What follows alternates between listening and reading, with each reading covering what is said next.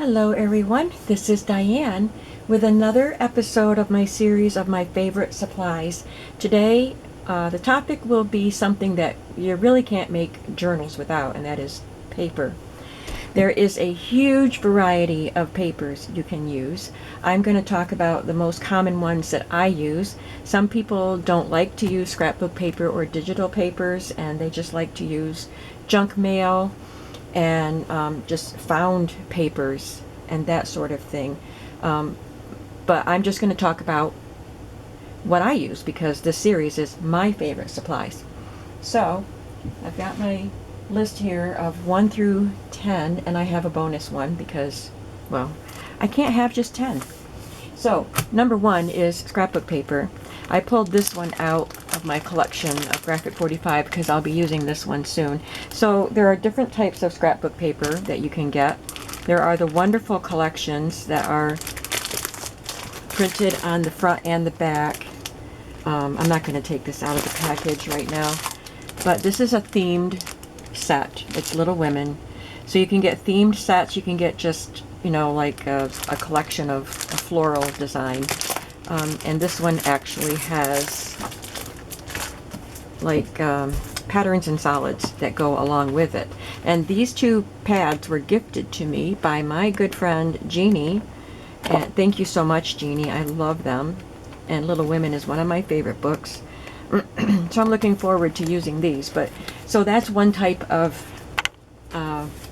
scrapbook paper. And these are kind of like cardstock. They're stiff. And then there's also pads of cardstock patterned paper that are white on one side. Now I've got to tell you, I love paper like I love fabric because of the designs. I love pattern and I love pretty, and I just love all kinds of designs and illustrations. So I do have a lot of paper, and I don't use this kind a lot, although I do have a lot of it, because it is so stiff, and it would, if I used like several sheets of this in every signature in my book, it would really make the book too fat.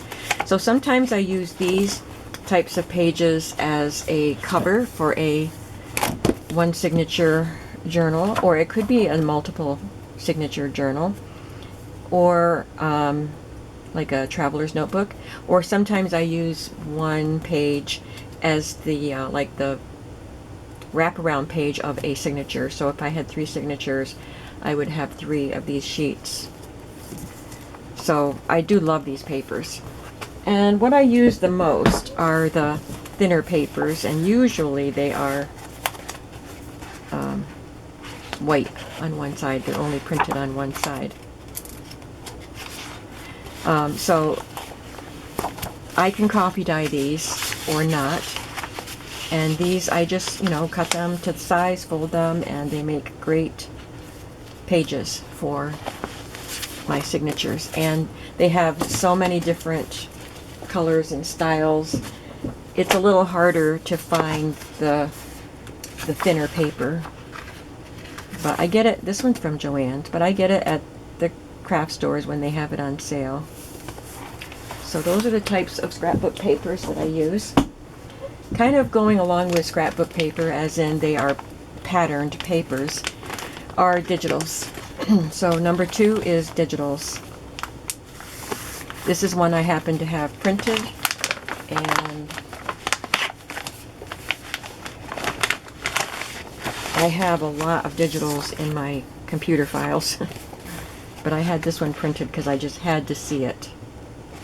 And this is like an artist's book with color wheels, color swatches, and some of the digital kits will have journal cards and belly bands and all kinds of ephemera tags, fussy cuts. So that's, you know, you can buy digital journal kits with all of this. You can buy digital journal pages. You can buy just like, there's lots of digital linens. So people take their linens and scan them and make them into digitals or wallpaper. So then you just have a collection of beautiful, these are all Amity Bloom. I thought I got my digital container out, but this one, I mean my linen, this one is a linen. So you can just get collections of beautiful paper that don't specifically have a theme and use them in your journals that you make. So there's so much to see in the digital paper world. Next is book pages, and I have a large variety of book pages. I go to flea markets a lot and I find lots of old books. I'm bringing home fewer than I used to, but you can find old books at flea markets, estate sales, thrift stores, all kinds of places, and you can use new book pages too. It doesn't have to be old. It's nice to find an old book that's falling apart and you can give it a new life. My very favorite of the book pages are the children's book pages. Love, love, love them. I have always loved children's illustrations. So you can get small ones and you can fussy cut them or fold them and put them into your book. Make pockets, and you can, I'm going to do a video on what I do with book illustrations. So there's lots you can do with book illustrations. You can, if you get a book that you can take apart in the center, then this would just go in the center of the signature and you have a page. I even have a couple of vintage cloth baby books. And I like the large book pages too. They're nice to fold into a signature or to make envelopes with, cut the images out. So don't think that the large books are too large. I have some that are bigger than these pages, but they're great for making envelopes and things. So children's book pages are awesome. I have my pages, my book pages divided up into sections, and I have drawers, little plastic drawers in my closet that has all of these categories of book pages. I have two drawers that just says miscellaneous, so I find unique books that have items that, you know, pages that wouldn't fit into other categories, and I just want random pages. So I have all kinds of pages. This is just one sample of pages that are in the miscellaneous drawer. I love art pages, art book pages, and it could be either like books about artists and it has images of their work in it, or it can be art instruction books.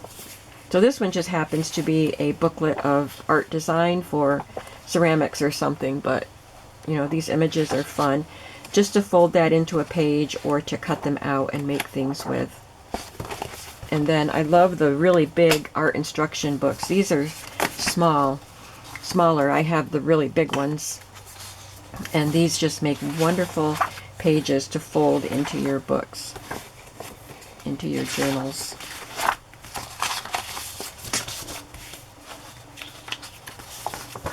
And then I have examples of, or I think this might have been a book about watercolor. Who is that? Currier and Ives book from Etchings, and there's a nice art page. So it's fun to find the large art books and the small art books. The small art books are great. Also in book pages I have a section of technical and math. So this is mechanical drawing, and I have old math books, and these kind of books are so fun for the illustrations, for the graphics. This one even has open out pages. So don't pass by like a textbook, a geometry textbook. I have typing pages from typewriter textbooks and shorthand. They're really fun to use. I love collectible books about collectibles. They are so full of fun images. So this was a book about collectible dolls. And a book about all kinds of collectibles. So this section was tins of, these are old peanut butter tins. And furniture. I love the furniture ones. Birdcage. Just whatever people collect, you can find books about them. And these books are old in themselves too, but you can use new ones. All kinds of collectibles.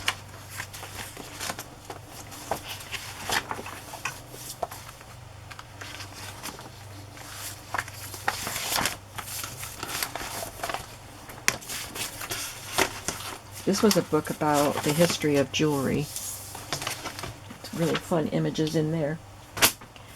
Reference books, dictionaries, encyclopedias.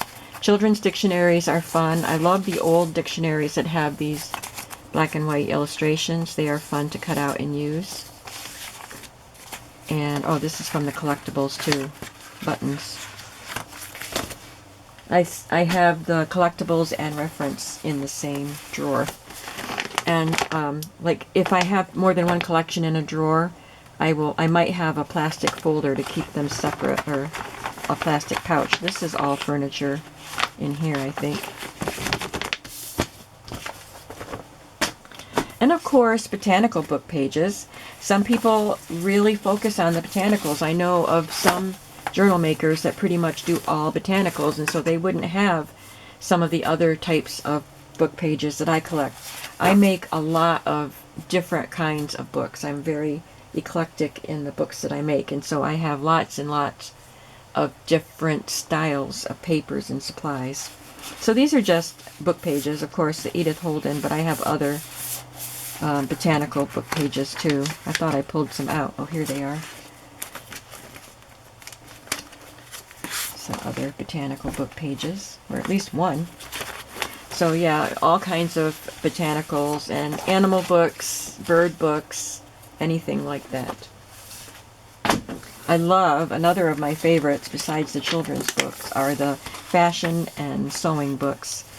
So this is a newer book. It's like it had images from the Sears catalog from 1919. And so they're glossy, but I like them. Look at those images. I like them even though they're glossy, and I will use them because they're awesome. And I also, for a while, I kept finding these books about costume through the ages, through the centuries. And I love them. You can cut out these little figures and use them. But I haven't been finding them lately. Knitting and sewing books have lots of fun images, little brochures and booklets. There's another one of costume through the ages. And when they say costume, it doesn't mean like a dress-up costume. It's just what people wore through different decades and centuries. So these are just little line drawings, and they're really fun too. So I think these are from two different books. Like I said, I kept finding them. I don't remember what. Oh, these are from a book about a museum in Japan, but it was a fashion museum that had some really fun images. Some of the fun images in that book are the close-ups of some of the fabrics and details. And I think I bought that new at Barnes & Noble, but it was on the discount shelves, if I remember. Foreign language books are always fun. So this is a Russian dictionary that I actually found at a yard sale. A Spanish textbook, Italian, German, and I have some French books too. That's a French textbook. And somebody sent this to me. It's a French dictionary from 1923. So these are all foreign language. Oh, here's math. Must have gotten mixed up here. But these are, oh, this is German. It's not math. I just saw these numbers. Yeah, that's an old German book. Really cool. It's got lots of writing in it. So that is a variety of book pages that I use. I also, well, I guess I didn't put this separate. I thought I had the maps on a separate number, but they're book pages too. So I love Atlas book pages. This is a small book. It was, I think, a textbook. But I also get the large atlases, and the pages in those are wonderful. Not just the map pages, but the glossary pages, index pages. They have lots of, some of the indexes in atlases are different color, like they'll all be green pages or blue pages, and they're really fun to use. So don't forget to look for the map atlas books. Wrapping paper is another of my favorites. My things are not stacked in the order in which they're listed. But I love wrapping paper because, again, we have pattern designs like the fabric and the scrapbook paper. And this is my entire wrapping paper collection. I used to have a lot more, but I thinned it out when I did my de-stash. So I love the vintage wrapping paper that you can find at flea markets. And some of it is not as vintage. This is glossy paper, but it's still beautiful. I'm picky about what kind of wrapping paper I bring home. I love things like this. I love the matte ones with no gloss, with the retro or vintage images. But this one was fun just because it's a $100 bill. I've got bigger pieces of that. And this is like so gorgeous. One of my favorites. And this one has $20 bills. This one is embossed. You can probably look on Etsy or eBay for sets of wrapping paper if you can't find, if you want vintage wrapping paper and you can't find it. I'm not going to go through the whole thing, but like this is one of my favorites because of the colors, and it is matte. This one is actually a paper tablecloth, but if I find really good paper tablecloths, I think somebody might have sent this to me. I put them in with my wrapping paper. So again, of course, you can get all kinds of designs. My nursery rhyme one. My pink roses with turquoise, one of my favorites. The tissue paper like, this is kind of like a glassine.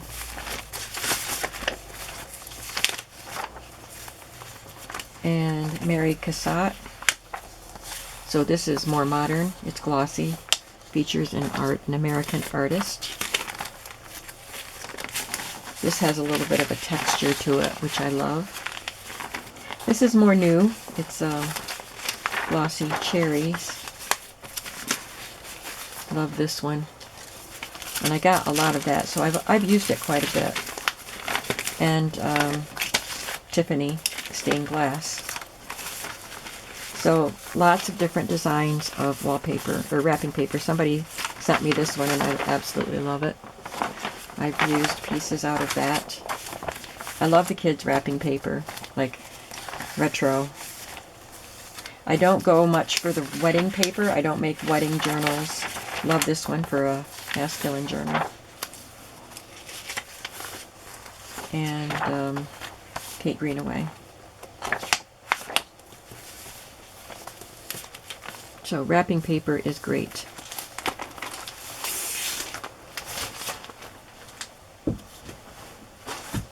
Next is ledger. I'm going to keep saying it's another one of my favorites because I just love paper, but ledger is another one of my favorites. I have been lucky enough to find old ledgers at flea markets.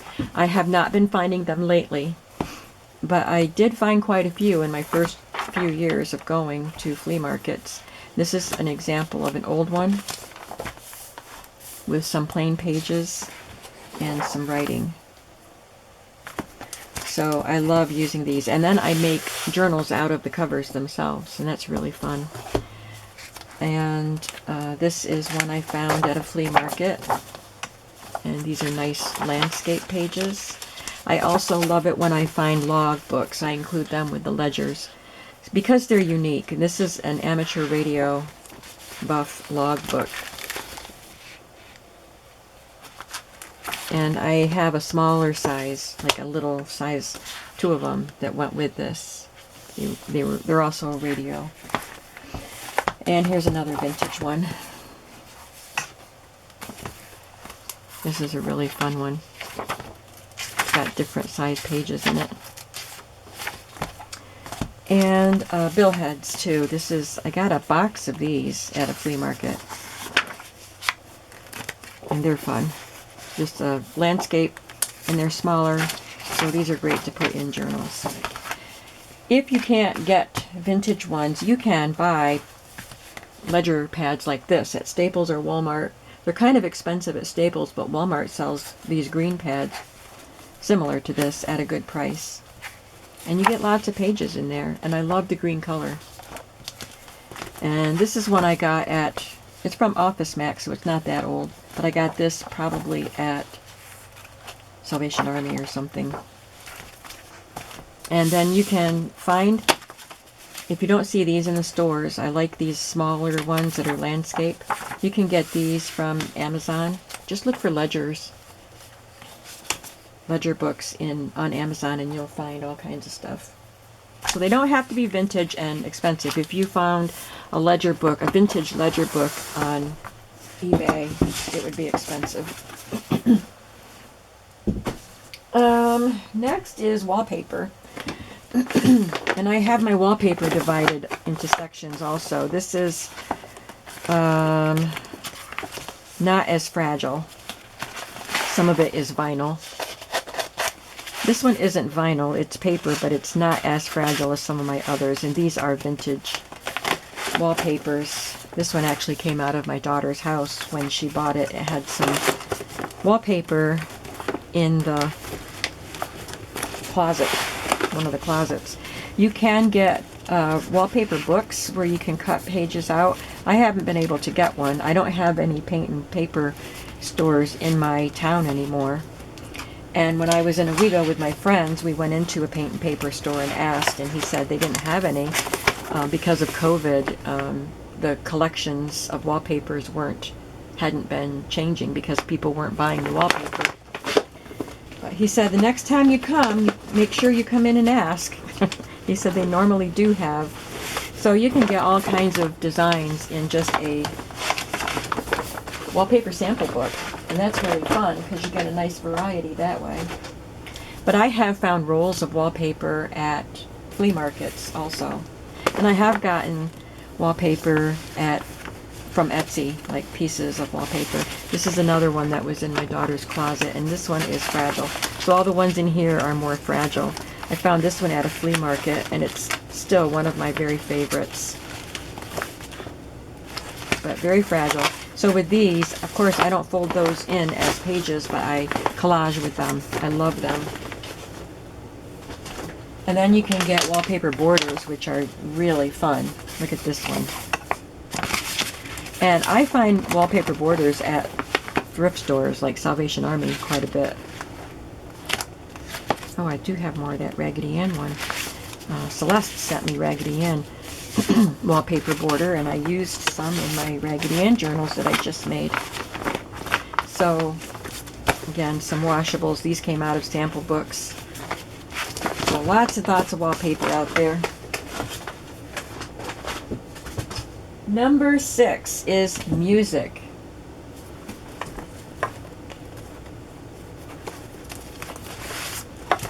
So, this is just like a piano book, and it is a sturdy enough paper that I can fold it and put it into a signature. And the classical music like this, you have a better chance of getting lots of little notes in a small space, which is what we like if we're putting it on something small like a pocket or a tag or in a collage. Here's another. This is a vintage songbook. They almost look like handwritten notes. At least those up there look like handwritten, but they're probably not. Sheet music, the old sheet music is awesome. It's usually pretty fragile, but they have gorgeous images on the fronts. Some of them do. I haven't been finding much of that lately either. So this is an example of a classical music. This is Bach, but it is more fragile. So you can use that for gluing down onto cards and tags and pockets or collaging. But lesson books are really fun. A lot of times they have illustrations and the pages are usually of a good quality that you can fold. And this one is a more advanced student book. It has a lot of notes in it.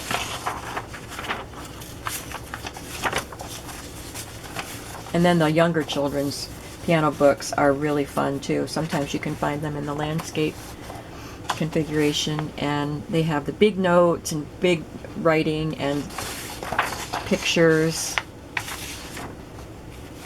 So they are fun. I like to have a variety of types of music, and I use music a lot. This is a little book with tiny notes. So this is really great for putting on tags, for the backgrounds of tags. And also Manuscript. This is music manuscript paper. It's got the lines so that you can write your own music notes in there. And you can get books of this, but I have this sheet and I also have a small book of it.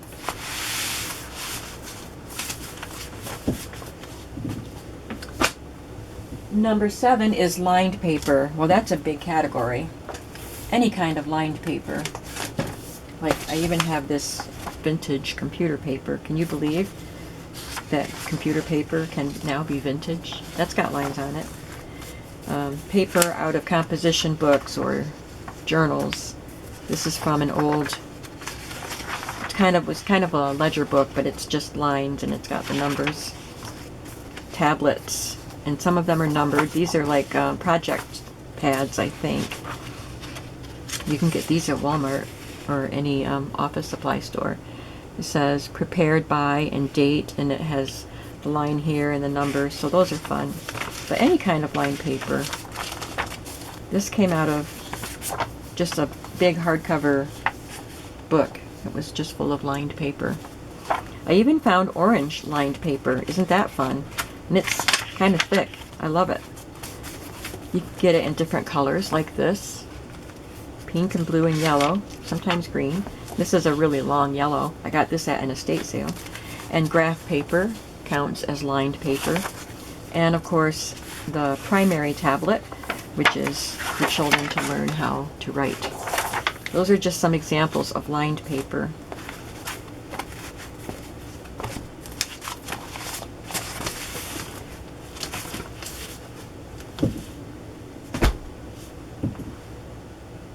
Number 8 is typing, tracing, and vellum paper. So kind of the sheer papers. Typing paper can also be called onion skin. This is a pink typing paper that I got from an Etsy seller. I wonder if that's my only sheet of pink left. I think this is typing paper. This is vintage typing paper that I found at a flea market or thrift store. So that's really nice. And you can print on vellum, at least. I have printed on vellum. I think the tracing paper or typing paper would be too thin. You might be able to.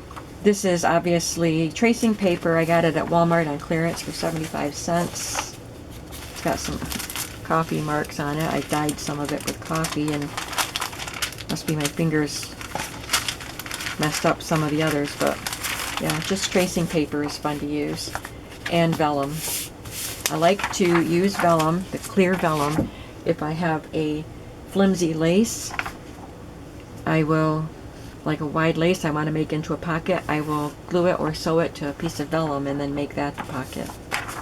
Or I can print on it, I can fold it in as a page, and you can, this is a pack that you can get at a craft store. This was from Personal Stamp Exchange, so this is old, but you can buy vellum in packages at Walmart, or Hobby Lobby, and if they have their Paper Studio papers on sale, it's a really good price.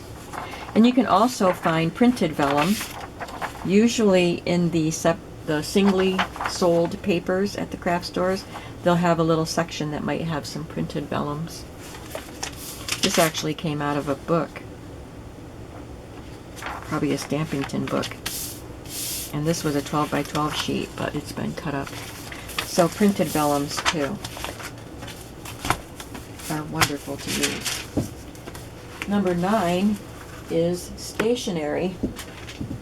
Actually, it's number 10, because I had number 10 as digitals, and we've already talked about digitals. So this is stationery, the last one, except I have a bonus one that I'm going to talk about. So I find stationery lots of times at flea markets and thrift stores. So you get them in all kinds of styles. So some of them are solid, but this has the patina around the edge. This one is more modern, just some lined stationery. But I like them with the designs and the pretty colors. This one is handmade paper. Those are the envelopes, I think, but there's paper that goes with them. Oh, here's the paper. That was a fun find. Maybe somebody sent that to me. This is a fun lined stationery page. Of course, the fold-a notes, too, that I like to use. I didn't bring any of them in. And you can find them on tablets. So, stationery is a good one. This should have gone with the lined paper. It is guest books. If you can find guest books at thrift stores, they are wonderful. You can take them apart, and then they're landscape, and they have lines on them, and they just make really great pages to put into a journal. And the bonus is calendars. I love calendars. Look at this is my calendar collection. I find a lot of them at thrift stores and flea markets. Mostly I can find the older ones at flea markets, but I don't just stick to the older ones. They are great when I want to do a large book like smash books, or mostly glue books I use them in, or just any large book. But these are so cute. I just was so happy when I found these.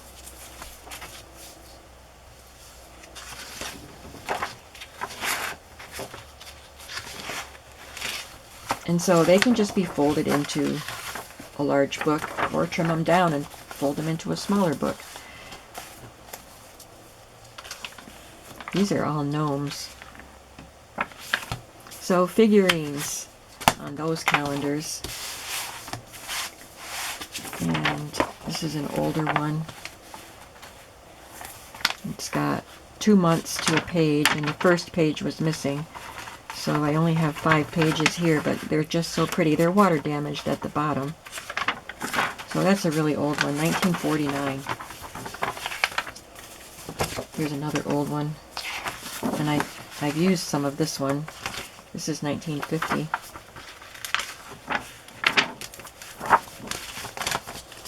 You can get them with the spiral. This one's 1929. Oh, this is 1985. Because it says 1929 dates are the same as 1985. So they must have reprinted this for 1985. And it's just a duplicate of what they had back then. That's fun.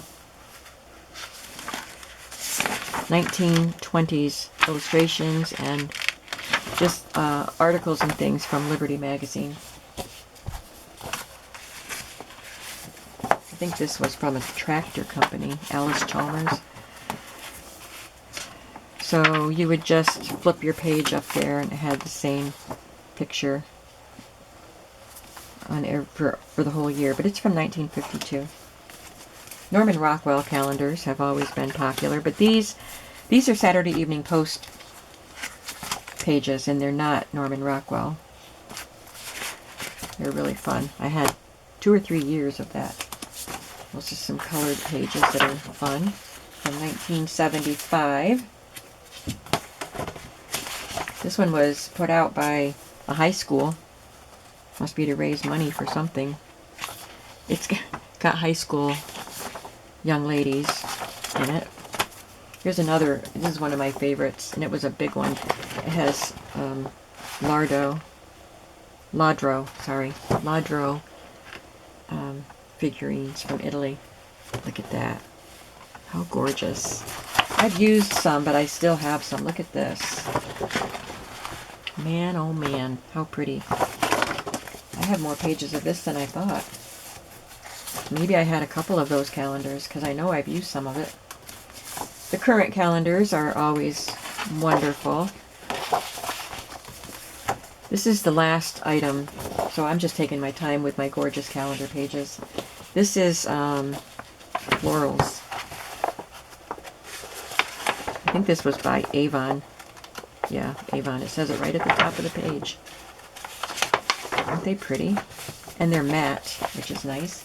This is the kind that I can find often at my Salvation Army. Sometimes they'll have a stack of them at the end of the year or the beginning of the year, and they're really cheap, like 50 cents or a quarter, something like that. 29 cents, that's what they mark. They mark them for 29 cents. So I can use them as a page in a big book, or just take one section and use it in a smaller book. This one was a quilt calendar that I found at a yard sale. So that one's really nice. This was a big calendar. This was probably from a thrift store also. 1999. Look at that. Nice. American Kitchen Garden. I love the matte pages with illustrations when I find those kinds of calendars. A lot of calendars, especially the newer ones, have glossy pages. I wonder if this is current. No, I don't think so, but it's got birds on it. And this is A Taste of Home. And I bought it, I think, for this. I used that page in last year's Strawberry Journals, but it has other produce. One of my favorites, a Barbie calendar, Barbie fashion calendar.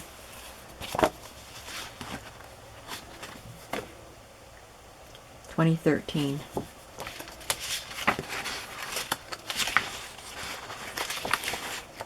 Isn't that fun? Coca-Cola had put out a lot of calendars, so this is a reproduction of, it's 2003, so it's reproductions of lots of the Coca-Cola ads. They're glossy.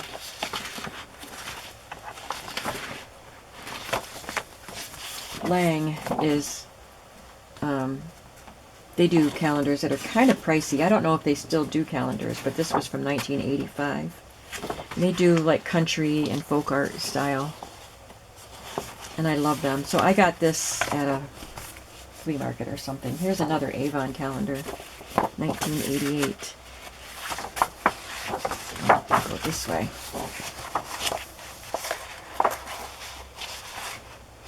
Florals. Living from the Heart. Is this Susan Branch? Nope. Debbie Hran. It's kind of a Susan Branch style, isn't it? Another Avon with florals. These Avon calendars are so awesome because they're matte and they're gorgeous. 2017, America the Beautiful. It's a big calendar with glossy photos, but how gorgeous.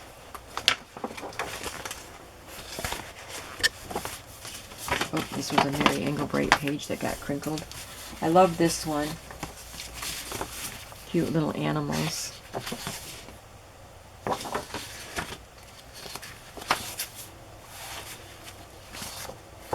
And then lastly, I have this Victorian Charms.